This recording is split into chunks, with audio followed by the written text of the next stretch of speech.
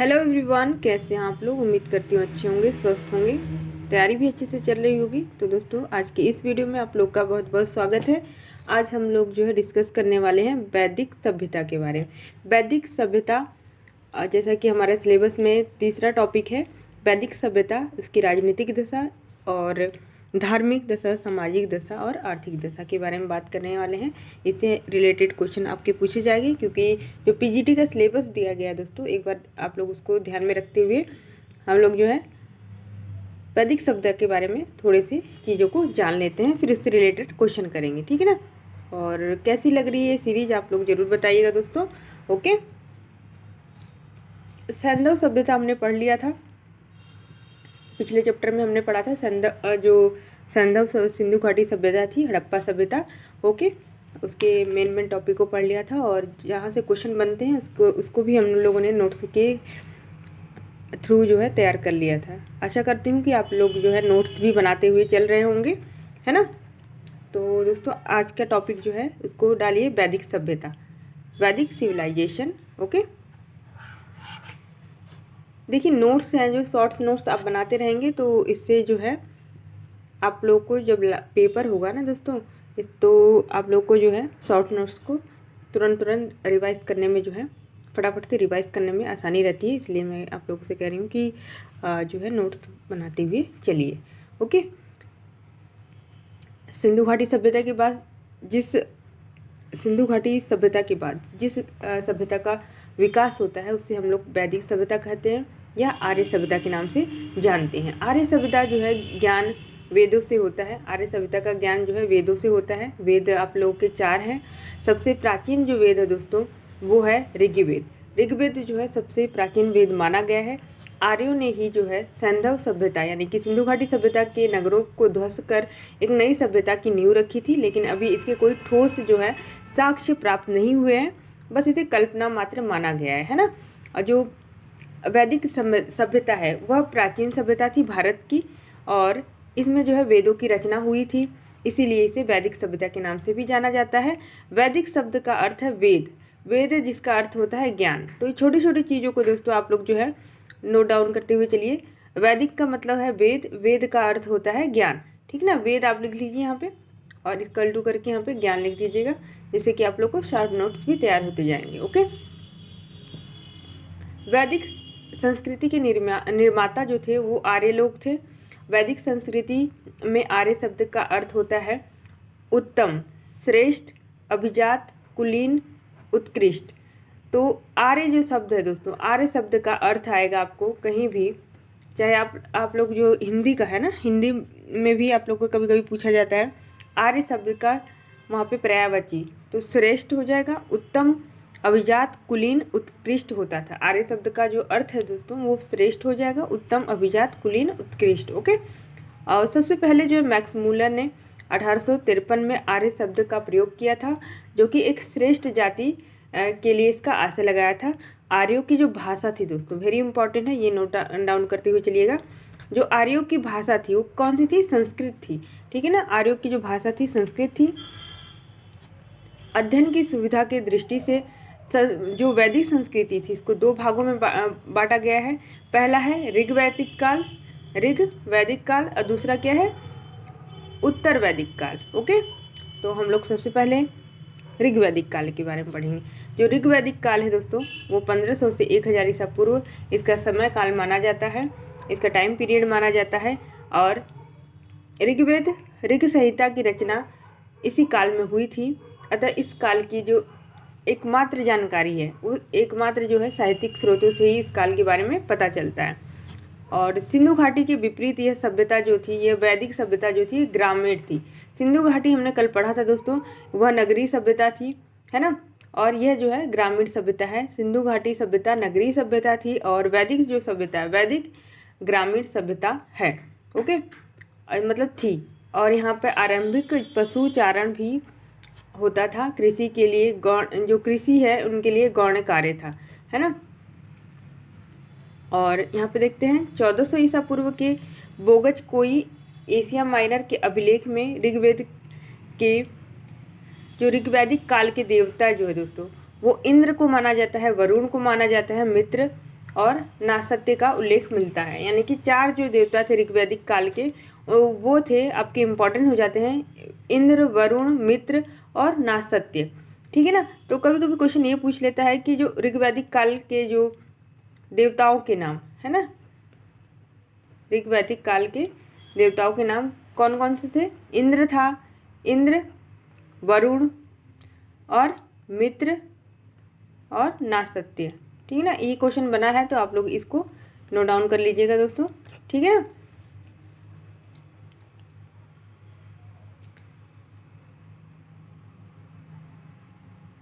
और इसके कुछ मूल निवास कुछ जो विद्वान थे उनके अनुसार अलग अलग जो है जगहों पे माना गया है। प्रोफेसर मैक्स मुलर ने जो माना है मध्य एशिया में माना है, ये क्वेश्चन आता है। बाल गंगाधर तिलक ने जो है उत्तरी ध्रुव को माना है, इनका जो मूल निवास था आर्यों का, है ना। दयानंद सरस्वती ने तिब्बत माना है। ठीक है। गंगा नाथ झा ने ब्रह्मऋषि देश माना है। ठीक है। और अधिकांश विद्वानों ने मैक्स मुलर के विचारों से ही सहमत हैं।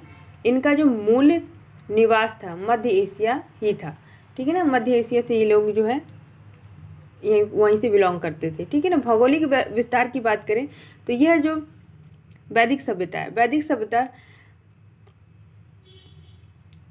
की जानकारी ऋग्वेद से प्राप्त होती है। मुख्य स्रोत क्या है, ऋग्वेद ही है।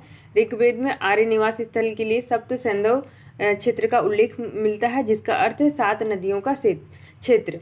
ठीक है ना। 7 नदियों के क्षेत्र को ही सप्त सैंधव क्षेत्र कहा गया है, जो कि आर्यों का निवास स्थल था। इसमें कि 7 नदियां थी, सिंधु, सरस्वती, शतुद्री, शतुद्री मतलब सतलज, विपाशा, परुश्रणी, वितस्ता और अस्किनी। ओके। सो यहाँ से भी आपके क्वेश्चन बनता है दोस्तों कि शतुद्री किस नदी को कहा जाता था। सतलज को कहा जाता है, विपाशा व्यास को, परुश्रणी रावी को, है ना। इसको याद रख लीजिएगा। विशस्ता, झेलम, अस्किनी, चिनाब। अस्किनी, चिनाब, विशस्ता, झेलम, शतुद्री, सतलज, विपाशा, व्यास। वी से व्यास को याद कर लीजिएगा, परुश्रणी, र से रावी को याद कर लीजिए, शतुद्री स से सतलज याद कर लीजिए, और वितस्ता झेलम है, अस्किनी चिनाब, है ना। ये सारी नदियों के नाम आप लोग याद कर लीजिए। ओके। क्योंकि इससे भी छोटे छोटे क्वेश्चन आपके 1 नंबर का बन जाएगा। ठीक है ना।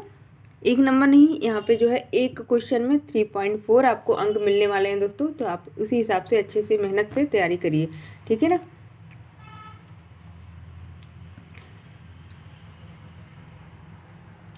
जो वैदिक सभ्यता थी उसमें गंगा यमुना के दोआब क्षेत्र और उसके सीमावर्ती जो क्षेत्र है इस पर आर्यों ने कब्जा कर लिया, जिसे ब्रह्म ऋषि देश कहा गया, है ना। और इसे कालांतर में आर्यावर्त कहा गया। ठीक है ना। वैदिक संहिताओं में 31 नदियों का उल्लेख है, जिसमें कि ऋग्वेद में 25 नदियों का उल्लेख किया गया है। ओके। सर्वाधिक महत्वपूर्ण नदी की बात कर लेते हैं दोस्तों। सर्वाधिक जो महत्वपूर्ण नदी थी सिंधु नदी को बताया गया है, और सर्वाधिक पवित्र नदी सरस्वती नदी को माना गया है। सरस्वती नदी जो थी वह सर्वाधिक पवित्र थी, और जिसको कि देवी तमा, माते तमा, नदी तमा भी कहा जाता था। वेरी इंपॉर्टेंट है। और ऋग्वेद में गंगा नदी का 1 बार, जबकि यमुना नदी का 3 बार जो है नाम लिखा गया है या लिया गया है। ठीक है। गंगा नदी का सिर्फ 1 बार और यमुना नदी का 3 बार, इसको ध्यान में रखिएगा।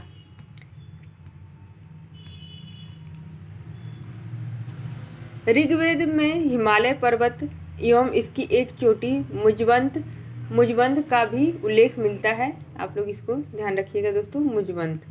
ठीक है ना।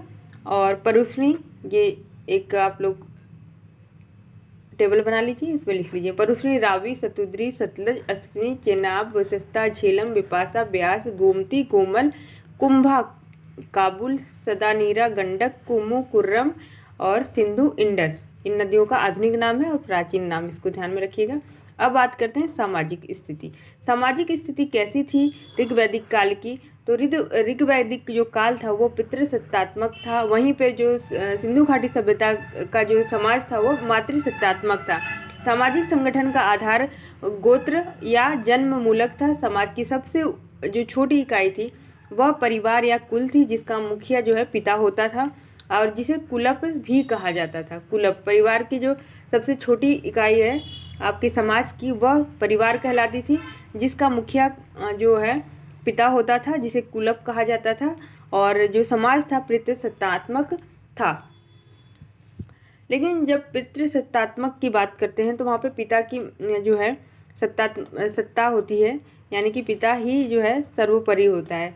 लेकिन उसके बावजूद भी महिलाओं को भी सम्मान प्राप्त था। ऋग्वैदिक काल में जो है संयुक्त परिवार की प्रथा थी। संयुक्त परिवार चल रहा उस टाइम जो है प्रचलित था। दादा, नानी, नाती, पोते आदि के लिए ये शब्द नप्त्री का प्रयोग होता है। ओके। और वर्ण व्यवस्था की बात करें तो ऋग्वैदिक काल में वर्ण व्यवस्था जो है दिखाई देती है। ऋग्वेद के 10वें मंडल में वर्णित पुरुष सूक्त में 4 वर्णों की उत्पत्ति हुई है। तो ये इम्पोर्टेंट है दोस्तों, ठीक है ना। 10वें मंडल में जो है पुरुष सूक्त में है 4 वर्णों की उत्पत्ति का वर्णन मिलता है। ओके।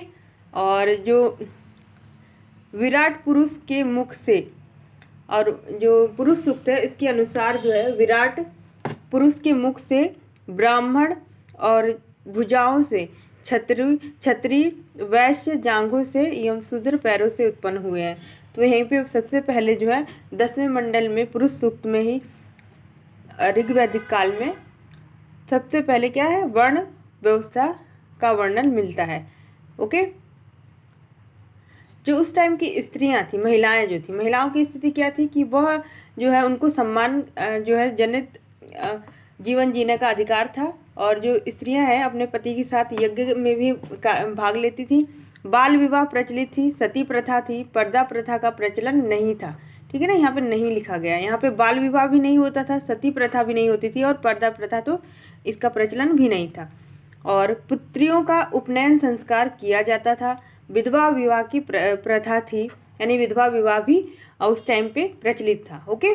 तो इससे ये पता चलता है कि बाद में जब ये सारी जो प्रथाएं हैं दोस्तों, ये प्राचीन काल से नहीं, वैदिक काल से नहीं चल रही हैं।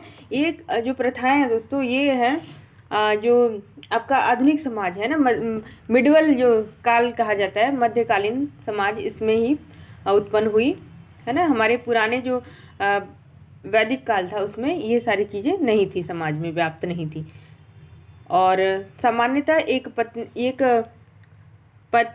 जो पत्नीत्व विवाह ही प्रचलित है, यानी कि एक पत्नी का, जैसे कि राजाओं महाराजों में अनेक पत्नियां होती थी, यहाँ पर जो है वैदिक काल में केवल एक पत्नी का विवाह ही जो है प्रचलित में था। विवाह में दहेज जैसी कुप्रथा का भी प्रचलन नहीं था।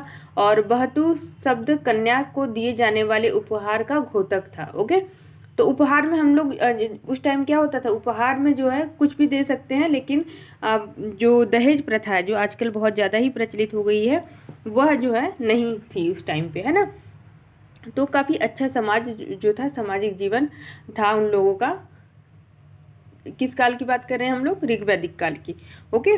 शिक्षा के द्वार भी स्त्रियों के लिए खुले थे, यानी कि स्त्रियां शिक्षा ग्रहण करती थी। ऋग्वेद में लोपामुद्रा, घोषा, सिकता, अपाला और विश्वारा जैसी विदुषी स्त्रियां का वर्णन मिलता है, जिससे यह पता चलता है कि शिक्षा की जो स्थिति थी महिलाओं के लिए, है ना, वो बहुत ही अच्छी थी। पुत्र प्राप्ति के लिए नियोग की प्रथा को स्वीकार किया गया था। महिलाएं जो है अपने देवर से साहचर्य स्थापित करना पड़ता था। अगर उनके जो पति हैं उनकी मृत्यु हो जाती थी तब की बात बताई जा रही है। ऋग्वैदिक काल में जो है दास प्रथा का जो प्रचलन था, दास प्रथा का प्रचलन था उस टाइम पे, किंतु यह प्राचीन यूनान या रोम की भांति नहीं था। आर्य जो है मांसाहारी और शाकाहारी दोनों प्रकार के भोजन करते थे। सोम और सूरा का प्रचलन था। ओके।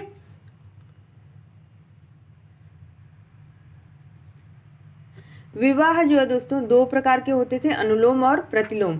अनुलोम जो है विवाह था, उच्च वर्ण का पुरुष निम्न वर्ण की स्त्री से कर सकता था। प्रतिलोम की बात करें तो उच्च वर्ण की स्त्री निम्न वर्ण के पुरुष से जो है विवाह कर सकती थी। नर्तकियों का विशिष्ट परिधान को पेशस धारण करने का विवेचन मिलता है। कान में कर्ण शोभन, शीश पर कुंभ नामक आभूषण पहनने की प्रथा थी। ओके। और खादी, रुक्म, भुजबंद, केरू, केयूर, नुपुर, कंकड़, मुद्रिका आदि आभूषण भी धारण किए जाते थे। भिषज शब्द का प्रयोग ऋग्वेद में जो है वैद्य के लिए होता था। वैद्य के लिए भिषज नामक जो है शब्द का प्रयोग होता था। ओके, और भिषज जो है अश्विन देवता को कहा जाता है। तो ये इंपॉर्टेंट है दोस्तों, ये आपके पेपर में आया था। ओके, यक्षमा जो है तपेदिक का उल्लेख अनेक स्थलों पर हुआ है। मृतकों को प्राय अग्नि में जलाया जाता था, लेकिन कभी कभी जो है उनको दफना भी दिया जाता था। अब बात करते हैं राजनीतिक स्थिति की। राजनीतिक स्थिति कैसी थी? तो कबीलाई व्यवस्था थी, और ऋग्वैदिक में जनों और कबीलों में जो समाज था वो विभाजित था। कबीले का राजा एक होता था, जिसे कि गोप कहा जाता था। गोप जो है राजा को कहा जाता था। कभी कभी ऐसा क्वेश्चन आएगा कि गोप है ना, गोप शब्द जो है किसके लिए यूज होता था? तो राजा के लिए होता था, ये ऋग्वैदिक काल में। ओके, आर्यों को पंचजन भी कहा गया। जो आर्य थे दोस्तों, आर्यों को जो है पंचजन कहा गया, क्योंकि इनके 5 कबीले थे, कुल थे, यानी कबीले यानी कि कुल थे। ओके, जैसे कि अनु, द्रुहु, पुरु, तुर्वस, यदु, इसको आप याद रखेंगे, 5 पंचजन। ओके, ऋग्वैदिक काल में राज्य की मूल आधार कुल परिवार था, यानी कि मूल जो आधार था दोस्तों ऋग्वैदिक काल का, वो परिवार ही था। परिवार का मुखिया को कुलव कहा जाता था। परिवार के मुखिया को क्या कहा जाता था? कुलव, अथवा गृहपति कहलाता था। गृहपति कहलाता था। ओके, परिवार का मुखिया। कुलों के आधार पर ग्राम होते थे। तो सबसे छोटी इकाई कुल थी, कुल के बाद ग्राम आता था, जिसका मुखिया ग्रामणी होता था। ग्राम को मिलकर जो है विश्व बनता था। विश्व, जिसका जो प्रधान था वो विश्वपति कहलाता था। विश्व से जन बनता था, और जन जो है कबीलाई संगठन था, इसका जो प्रधान था जनपति कहलाता था। तो सबसे छोटी इकाई कुल थी, है ना, परिवार, कुल। इसके बाद ग्राम होता है, इसके बाद जो है विश्व बनता है, विश्व के बाद जन बनता है। ठीक है ना, इसको आप लोग जो है एक सीक्वेंस में याद करिएगा। राजा, पुरोहित, विश्वपति, ग्रामीणी, कुलव। और इसके बाद जो है दोस्तों 10 राज्य युद्ध का भी वर्णन मिलता है।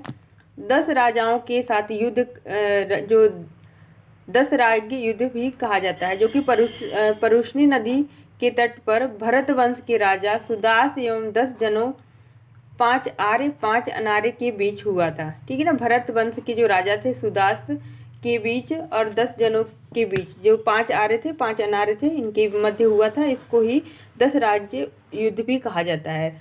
ओके, इसका जो वर्णन है ऋग्वेद में मिलता है। प्रशासन की इकाइयां की बात करें तो कुल थी, कुल, ग्राम, विश्व, जन और राष्ट्र था। प्रशासन की 5 इकाइयां थी, जो जिसमें कि कुल, ग्राम, विश्व, जन और राष्ट्र। राजतंत्रात्मक शासन प्रणाली थी, और साथ ही साथ गणतंत्र भी थी। राजा का प्रमुख कर्तव्य जो है वो कबीले की रक्षा करना होता था। ओके, इस काल में जो है अनेक जनतांत्रिक संस्थाओं का भी विकास होता है, और राजनीतिक, सामाजिक, धार्मिक और आर्थिक प्रश्नों की भी चर्चाएं होती थी। ओके, महिलाएं जो है वो राजनीति में भाग लेती थी।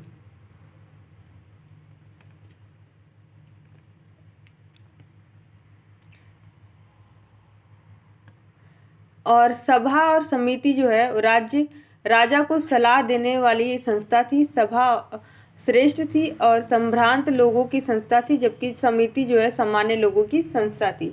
ठीक है ना, जो सभा थी जो दोस्तों वो उच्च हो गया, जैसे कि राज्यसभा है ना, तो उसी तरह से राज्यसभा जो है उच्चतम स्थिति थी उसकी, और जो समिति थी वो सामान्य जनों के लिए थी। ठीक है, राजा जो है भूमि का स्वामी नहीं होता था, जबकि भूमि का स्वामी जनता में ही निहित था। बलि एक प्रकार का कर था। बलि जो था दोस्तों वो एक प्रकार का कर था, जो प्रजा द्वारा स्वेच्छा से राजा को दिया जाता था। राजा इसके बदले उनकी सुरक्षा की जिम्मेदारी लेता था, और युद्ध के समय वह नागरिक सेना को संगठित कर लेता था, जिसका कार्य संचालन वात्र, गण, ग्राम और सग्र नाम से विविध टोलियों में करती थी। ऋग्वेद में राजा को गोप्ता जनस्य कहा गया है, कबीले का संरक्षक। पूरा भेदता नगरों पर विजय पाने वाले को कहा गया है। अब बात करते हैं आर्थिक स्थिति की। जो आर्थिक स्थिति है वो कैसी थी? आर्थिक स्थिति की बात करते हैं। ऋग्वैदिक काल में जो आर्यों की संस्कृति थी ग्रामीण थी और कबीलाई थी। पशुपालन जो है प्राथमिक पेशा था और कृषि द्वितीयक। पशुपालन जो है पहला ही उनका काम था, है ना। पशुओं को लोग पालते थे। द्वितीयक जो है पशु जैसे व्यवसाय था, द्वितीय व्यवसाय कृषि था। और इस काल में गाय को पवित्र पशु माना जाता था और विनिमय के साधन के रूप में गायों का यूज होता था। ओके, अधिकांशतः लड़ाइयाँ जो है गायों को लेकर होती थी। गाय को अष्टकर्णी भी कहा गया। अष्टकर्णी जो है भी कहा गया, ये इम्पॉर्टेंट है, इसको आप लोग नोट डाउन करते हुए चलेंगे। ओके, और जो उसके ऊपर स्वामित्व का सूचक है। गविष्टि गाय की महत्ता बताने वाला शब्द है। गविष्टि जो है गाय की महत्ता बताने वाला शब्द है। गाय को अघन्या, न मारे जाने योग्य पशु कहा जाता था उस टाइम पे, और आज भी यह प्रथा प्रचलित है। गाय को हम लोग माता कहते हैं, गाय माता, है ना। गाय की हत्या करने वाले को, उसे घायल करने वाले के लिए वेदों में मृत्युदंड और देश निकाले जाने की व्यवस्था थी। पणी नामक जो है व्यापारी पशुओं की चोरी के लिए विख्यात था। यानी कि जो पणी नामक जो व्यापारी था वह पशुओं की चोरी करता था। पुत्री को दुहिता कहा जाता था क्योंकि वो गाय का दूध दुहती थी, इसलिए दुहिता कहा जाता था पुत्री को। घोड़ा जो है आर्य समाज का अति उपयोगी पशु था। इसके अलावा जो है गाय, भैंस, बैल, बकरी, ऊंट आदि भी पशु थे।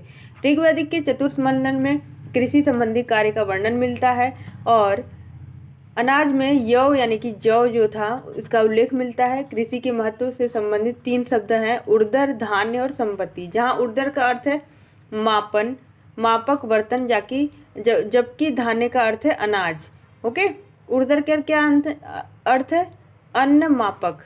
ओके, जो अन्न मापने का बर्तन होता था उसको ऊर्ध्वर कहा जाता था। धान्य का अर्थ होता था अनाज, अनाज को मापने वाला। व्यापार पर पणी लोगों का अधिकार था, है ना। पणी क्या था? व्यापारिक जो पशुओं की चोरी के लिए ही यह विख्यात था, इसको ही पणी कहा जाता था। ठीक है ना। जो व्यापार मुख्यतः वस्तु विनिमय द्वारा होती थी, यानी कि पैसे द्वारा नहीं होती थी, वस्तु के बदले वस्तु का मोल भाव होता था उस टाइम पे। और गायों और घोड़ों सहित निष्क का भी उल्लेख मिलता है विनिमय माध्यम में। स्वर्ण आभूषण या सोने का टुकड़ा होता था। वेकनाट सूदखोर थे जो कि बहुत अधिक ब्याज लेते थे। ऋग्वैदिक काल में बढ़ई, रथकार, बुनकर, चर्मकार, कुम्हार आदि शिल्पियों का उल्लेख मिलता है। सोना के लिए हिरण्य शब्द का उल्लेख मिलता है और कपास का उल्लेख नहीं मिलता है दोस्तों। तो कपास जब आएगा जो है ये सिंधु घाटी सभ्यता में ही कपास का उल्लेख मिलता है, लेकिन जो है कपास का उल्लेख वैदिक सभ्यता में नहीं मिलता है। ओके, इसको भी ध्यान में रखिएगा आप लोग।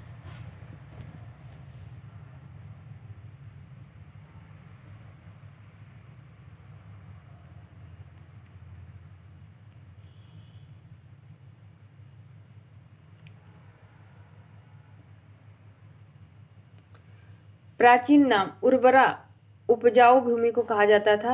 लांगल सिर हल को कहा जाता है। वृक बैल को कहा जाता है। करीश जो है सकृत गोबर की खाद को। सीता हल की बनी हुई नालियों को सीता कहा जाता था। अवल जो है कूप या कुआं का कहा जाता था। ओके, कविश है हलवाहा। पर्जन्य बादल को कहा जाता था। उर्दर अनाज मापने वाला पात्र।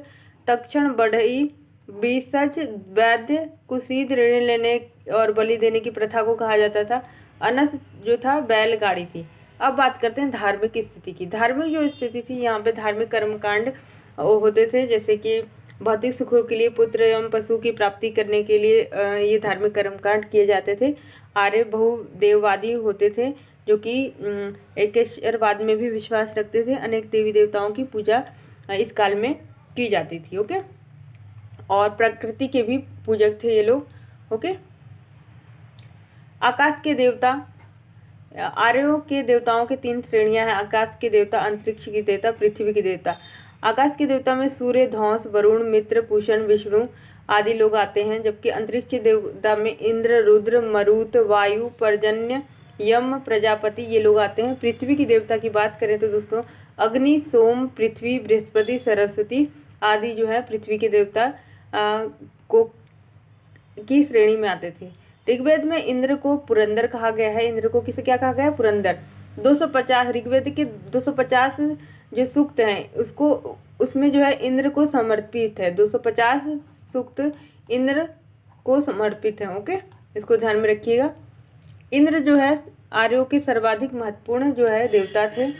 अग्नि दूसरे स्थान पे थे। अग्नि जो देवता थे वो दूसरे स्थान पर 200 सूक्त समर्पित है अग्नि देवता को, और जो मनुष्य एवं देवताओं के बीच मध्यस्थता स्थापित करने का कार्य करते थे। तीसरे जो थे फेमस उस टाइम के प्रमुख देवता वरुण थे। वरुण को 30 सूक्त समर्पित है और ये जल निधि का प्रतिनिधित्व करते थे, यानी जल निधि का जल जो है जल के देवता को माना जाता था। कौन थे ये? वरुण। ओके, गायत्री मंत्र का सबसे इम्पोर्टेंट दोस्तों ये गायत्री मंत्र सविता देवताओं को समर्पित है। इसका उल्लेख ऋग्वेद के तीसरे मंडल में जो है मिलता है, तीसरे मंडल में। ओके, और इसके रचनाकार जो है गायत्री मंत्र के रचनाकार विश्वामित्र हैं।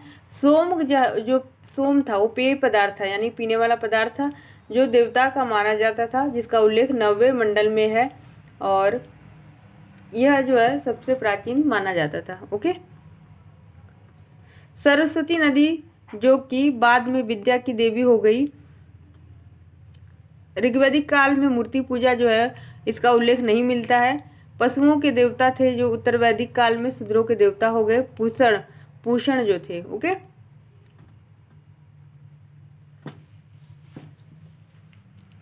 तो ये थे दोस्तों वैदिक काल। कल हम लोग जो है इस वीडियो में कल की वीडियो में जो है उत्तर वैदिक काल पढ़ेंगे, ठीक है ना। तो हम लोग जो है वैदिक काल के कुछ क्वेश्चन कर लेते हैं सबसे पहले, क्योंकि वैदिक काल जो है इसके बाद उत्तर वैदिक काल आ जाएगा, है ना। सत्यमेव जयते शब्द कहाँ से लिया गया है? पहला क्वेश्चन है, इसका आंसर करिए। सत्यमेव जयते कहाँ से लिया गया दोस्तों? Option A Manusmriti, option B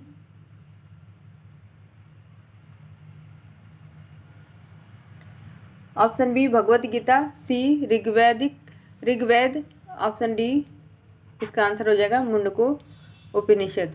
दूसरा है पूर्व वैदिक आर्यों में धर्म मुख्यतः था, क्या था? भक्ति, मूर्ति पूजा और यज्ञ, प्रकृति पूजा और यज्ञ, प्रकृति पूजा और भक्ति।